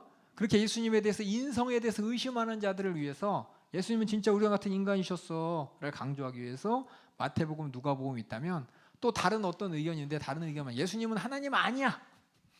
우리가 똑같은 인간인데 특별히 하나님께서 쓴 특별한 선지자였을 거야. 진짜 하나님은 아니야 라고 사람들이 생각했어. 한편으로는 또 아까 얘기했잖아요. 이원론에 있는 사람은 이거 아니면 이거예요. 그렇죠? 이거 아니면 이건데, 그분이 하나님의 아들이야 강조하는 사람한테 그럼 인간은 아니겠네라는 사람들, 그 사람들을 위해서 예수님은 진짜 인간이셨어 라면서 태어난 이야기를 쓴 게 마태복음, 누가복음이고, 또 그래서 하나님의 아들이 아니요. 그리고 인간이구나 인간이라 강조하다 보니까 그럼 하나님은 우리가 생각하는 그런 하나님이 아니고 하나님의 아들이라고 하는데 그런 하나님 같은 하나님의 아들이 아니고 그냥 우리 같은데 특별히 택해서 하나님께서 케어한 특별한 존재를 하나님의 아들이라고 한 거 아니야? 라고 할까봐 요한복음은 또 오히려 하나님의 아들이 맞다고 적은 거예요. 이게 참 우리 인간이 이해할 수 없는 게 그렇죠? 삼위일체도 도대체 어떻게 이해해야 돼? 라는 것처럼 예수님께서 인간이시면서 신이다. 이해가 안 가요. 이해가 안 가니까 이쪽으로 훅 쏠렸을 때는 아니야 이쪽 잘 봐야 돼. 이쪽으로 훅 쏠릴 때는 아니야 이거 잘 봐야 돼라고 하면서 계속 기록하는 것은 예수님은 완전한 하나님이시면서 완전한 인성이라는 겁니다. 그래서 요한복음에서는 오히려 뭐냐 하나님이라는 걸 인정하지 않는 사람들한테 예수님은 진짜 하나님이셨어라고 인정을. 그래서 요한복음은 계속해서 나는 추상적인 나는 빛이요 나는 진리요 그죠 나는 생명 이런 단어가 나오잖아요. 이런 단어들이 추상적인 게 아니라 하나님의 속성을 예수님이 계속 강조하셨다라고 기록한 거예요. 그래서 요한복음에 보면 나는 하면서 나오죠. 나는 알파 오메가다. 나는 진리다. 나는 인자다. 하나님의 아들이 여러 가지 용어가 나와요. 그래서 예수님께서 이렇게 하나님으로서의 능력과 어떤 신성을 소유했다는 증거들이 수많은 기사와 이적을 통해서 이거 하나님만 하실 수 있는 이것을 보여주시고 나다니엘, 침례 요한 제자들의 고백을 통해 나타나고 또 무소부재하십니다. 그리고 하나님 나라의 권세를 확실하게 하나님의 권세가 뭐냐 최고의 권세는 죄를 사하는 권세를 보여주시죠. 그렇죠? 이게 하나님 하실 수 있는 거기 때문에 부정할 수 없는 것이고 또 죽은 자를 막 살리시고 그렇죠? 예배받기 합당하신 분으로서 예수님이 자기 자신을 얘기합니다. 그래서 어떤 사람들은 그래요. 빌립보서 2장 5절을 오해해요. 2장 5절 7절. 여기 보면은 한번 읽어주실래요? 빌립보서 2장 5절 7절 한번 읽어주세요. 너희 안에 이 마음을 품으라 곧 그리스도 예수의 마음이니 그는 근본 하나님의 본체시나 하나님과 동등됨을 취할 것으로 여기지 아니하시고 오히려 자기를 비어 종의 형체를 가져 사람들과 같이 되었고 그러니까 성육신에 대해서 이해하려고 막 성경을 보다 어떤 사람들 많은 사람들이 빌립보서 2장 5절 7절 자기를 비어 예수님께서 자기를 비어서 종의 형체 우리 인간처럼 되었구나. 그럼 자기를 비었다는 건 예수님께서 비었으니까 뭔가 끄집어내서 없앴구나. 그렇게 성육신이 된 거냐? 원래 하나님인데 하나님으로서의 그거는 쑥 빼고 인간을 입어서 아무런 그냥 능력도 없이 이렇게 살다 가셨구나라고 오해하는 거예요. 그래서 이것을 케노시스 이론이다 그래서 그렇게 성육신이 됐구나. 하나님인데 인간의 몸으로 되면서 하나님으로서 누릴 수 있는 모든 권세를 다 내팽개쳤구나라고 하지만 아까 읽은 것처럼 예수님은 하나님으로서의 권세도 보여주시고 능력도 보여주시고 다 보이셨습니다. 그게 뭐냐면 예수님께서 이렇게 성육신 되어서 육신을 입고 이 땅에 오셔서 우리처럼 이렇게 사신 것처럼 예수 믿는 너희들도 하나님께서 하나님의 아들이 이 땅에 오셔서 우리처럼 이렇게 사셨는데 너희들 누가 잘났다고 그냥 권리 주장하고 권세 주장하고 겸손해야 돼. 교회 안에서 너희들이 예수님처럼 사랑하려면은 네가 갖고 있는 거 이거 내려놓고 그렇게 겸손하고 섬기고 사랑해야 돼. 이 얘기 하려다가 이 얘기한 거예요. 그러니까 예수님이 어떤 신성을 설명하기 위해서 자기를 비어 종의 형체를 이 얘기가 아니라 예수님처럼 겸손해야 돼 이 얘기하려고 한 건데 문맥은 그거예요. 근데 사람들은 앞뒤에 다 자르고 예수님께서는 자기를 비어 종의 형체를 가진 것처럼 예수님의 성육신은 예수님께서는 신성을 다 뽑아내시고 능력도 다 뽑아내시고 그저 인간으로서 이 땅에서 힘없이 죽으신 거야 이렇게 얘기하는데 그 얘기 아니라는 겁니다. 아시겠죠? 그래서 자기를 비어 종의 형체를 입었다. 그렇게 되면 이제 어떤 사람이 좋냐면 아까 예수님의 신성을 부인하고 인성만 주장하는 사람은 좋은 거야. 신성 없고 예수님은 인성만 하나님 아니야. 하나님이 아니었어. 가짜 하나님이었어. 신성은 저기다 쏙 빼놓고 인성만 왔기 때문에 이거는 그냥 진짜 하나님 아니었어. 이거 얘기하는 사람은 좋겠죠. 이렇게 오해할 만한 소지가 있는데 성경을 항상 이렇게 오해할 만한 소지가 있을 때는 앞뒤 문맥을 잘 보셔야 돼요. 저도 이제 대학원에서 이제 조직신학 할 때 이거 가지고 막 별의별 얘기를 다 해요. 저도 그랬고 저도 잘 몰랐고 진짜 그런가? 도대체 어떻게 비워야 되나? 어떻게 자기를 비워서 이렇게 종의 형체를 가졌다는 것이 신성과 인성의 기준은 뭐고 어느 부분이 신성이고 어느 부분이 신성이 아니라서 어느 부분을 놓고 예수님께서 육신으로서 신성 중에서 어느 일부분만 가지고 아니면 다 놓고 다른 것만 가졌다면 이런 얘기 막 머릿속으로 막 해요. 여러 문화권들이 얘기를 하면서 그래서 하나님의 어떤 특별한 어떤 뭐가 있는데 별의별 얘기하면서 예수님이 사셨던 모습과 하나님이라면 이런 모습이 있어야 되는데 이런 게 없는 거 보니까 이걸 비웠나 보다. 비운 게 이거야라고 별의별 얘기를 하는데 전혀 상관없는 얘기를 하는 겁니다. 이게 뭐냐면 성경 공부할 때 또 뭐야? 제가 여러 번 말씀드리지만 절수만 갖고 이렇게 이해하려 그래. 절수만. 앞뒤 문맥을 잘 보면 그 말을 왜 했는지 알면 되는데 대부분 성경 이렇게 근거 되시고 성경 인용하는 분들이 성경 전체를 모르시는 분들은 자기가 좋은 것만 딱 구해서 쓰는 거예요. 딱 구해 갖고 쓰면서 야, 구하라 그래. 구해. 두드리자. 두드려. 하나님은 램프 요정처럼 빌면 다 해주시는 분이야. 이렇게 이제 오해하는 거예요. 근데 분명히 예수님께서는 먼저 그 나라와 그 의를 구하라 그랬죠. 그 나라와 그 의, 하나님 나라와 하나님의 의 안에서 내가 두드리고 구해야 되는데 이거 상관없이 그냥 이게 전체적인 거 맥락 없이 그냥 해버리는 경우가 많은 것처럼 이렇게 빌립보서 2장도 이렇게 나눕니다. 그래서 썼죠. 비어는 낮추고 복종하심의 동의어입니다. 동의어. 겸손함의 동의어예요. 바울의 목적은 빌립보 교회가 겸손하게 남을 나보다 낫게 여기도록 그렇게 예수님을 본받아 신앙생활하기를 설득하기 위해서 이 말을 썼다는 겁니다. 그래서 성경 전체 어디도 예수님께서 하나님으로서의 어떤 속성을 포기해버렸다라는 어떤 구절 하나도 없어요. 이거 갖고 이제 오해하는 겁니다. 그래서 결론은 뭐냐? 예수님은 완전한 하나님이시라는 겁니다. 완전한 신성을 갖고 계셨습니다. 근데 예수님이 왜 신성이 중요하냐? 많은 사람이 예수님이 하나님인 게 왜 중요하냐라고 하는데 제일 중요한 게 뭐냐? 거룩하신 분으로서 우리 죄를 담당할 수 있기 때문인 거예요.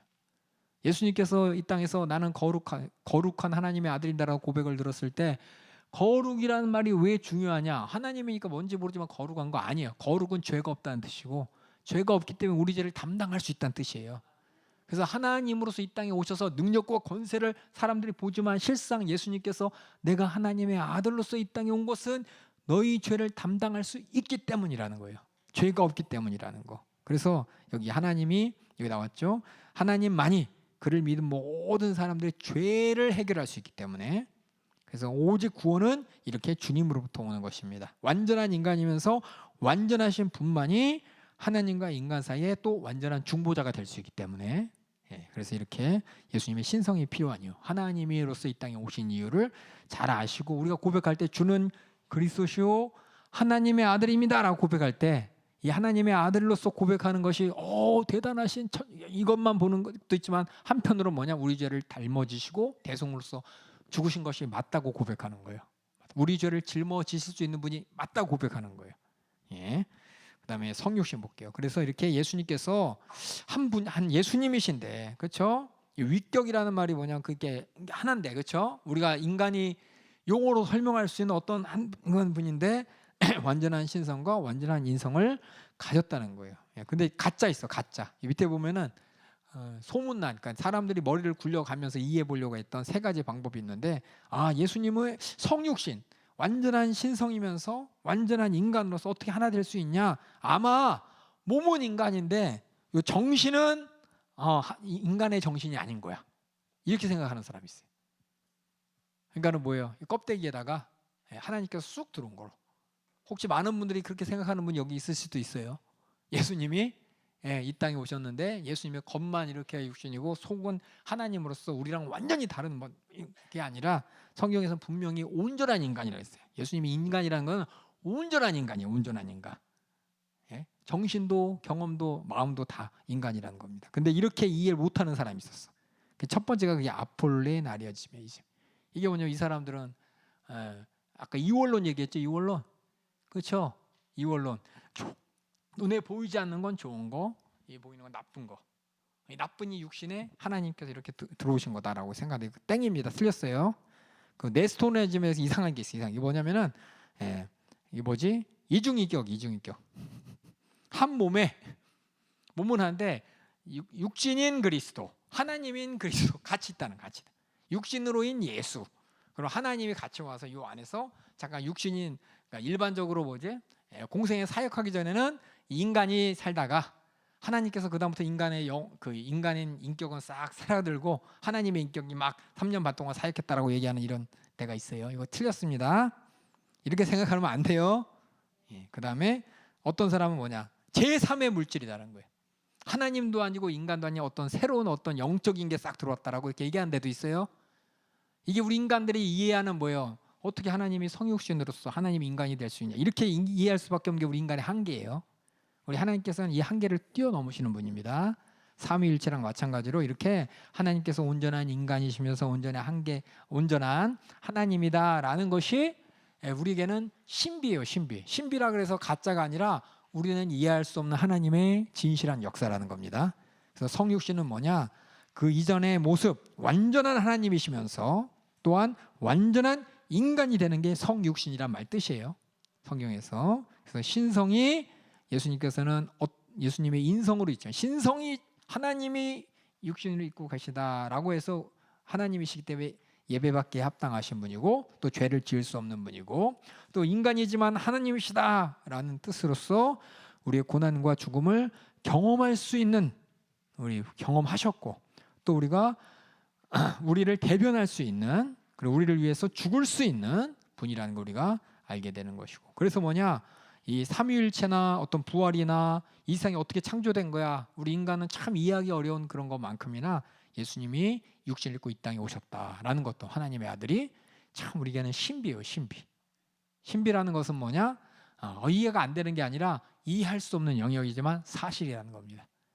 그래서 이렇게 예수님의 성육신에 대해서 이거 갖고 이제 많이 질문해요. 저도 신학교 갔을 때 이거 어떻게 설명할 수 있을까?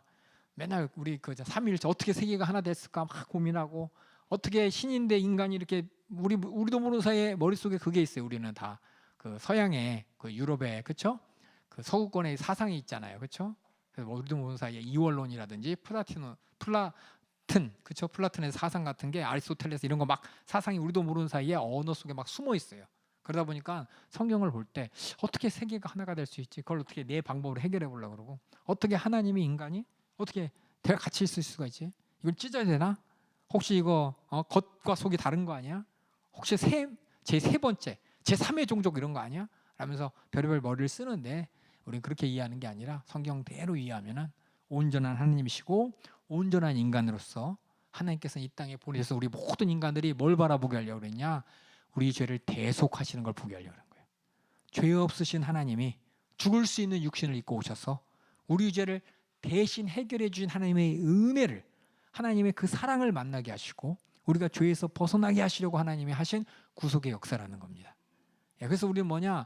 예수님께서 육신을 입고 하나님이 어떻게 육신을 입고 오냐? 이게 중요한 게 아니라 그래서 뭐 하셨냔 말이야. 그래서 거룩하신 죄 없으신 분이 죽을 수 있는 우리 죄를 짊어지고 죽어서 하나님께서 우리 죄의 문제를 해결해 주셨다는 것이 바로 예수님께서 육신을 입고 이 땅에 오셨다는 성육신을 하셨다는 이유와 목적이 되는 겁니다. 아시겠죠? 그래서 우리가 제가 말 많이 했는데 하여튼 우리가 계속해서 맨날 예수님 십자가 달려 죽으시고 맨날 예수님 고난 받으시고 죽으시고 우리 죄를 담당하셔서 그 얘기밖에 안 해. 우리 연세중앙교회는 근데 그거 말고는 할 얘기가 없는 거예요.